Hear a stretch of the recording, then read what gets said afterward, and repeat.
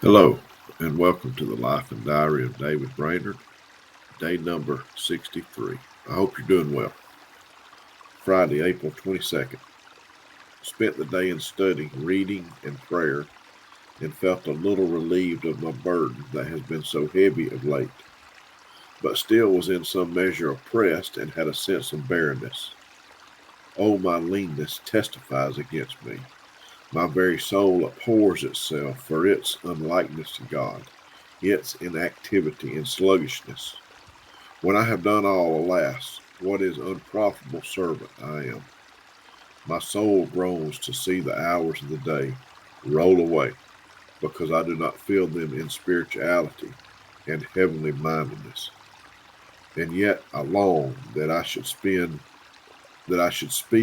their place to hasten me to my eternal home, where I may fill up all my moments through eternity for God and His glory. Lord's Day, May the 1st. Was at Stockbridge today in the forenoon, had some relief and assistance, though not so much as usual. In the afternoon, felt poorly in the body and soul. While I was preaching, I seemed to be rehearsing idle tales without the least life, fervor, sense, or comfort. Afterwards, at the sacrament, my soul was filled with confusion and the utmost anguish that I ever endured, until the feeling of my inexpressible vileness and meanness. It was a most bitter and distressing season to me, by means of the view I had of my own heart and the secret admonition that lurked there.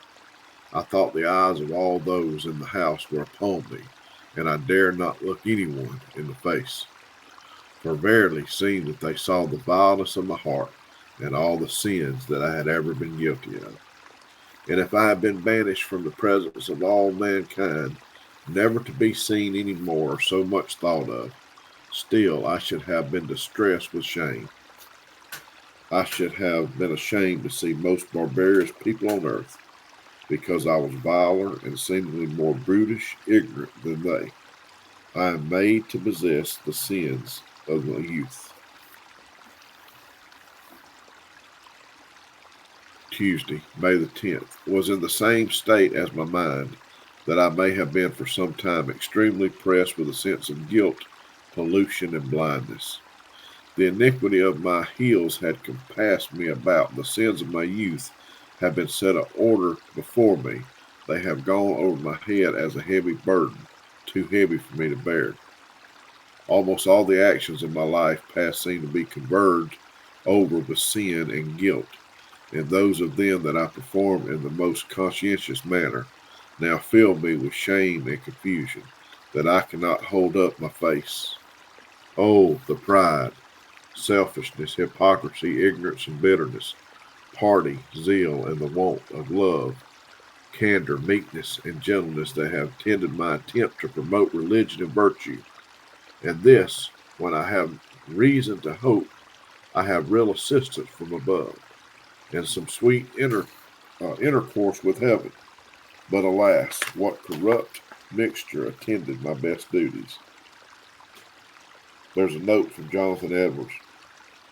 The next 7 days his gloom and distress continued for the most part, but he had some turns of relief and spiritual comfort.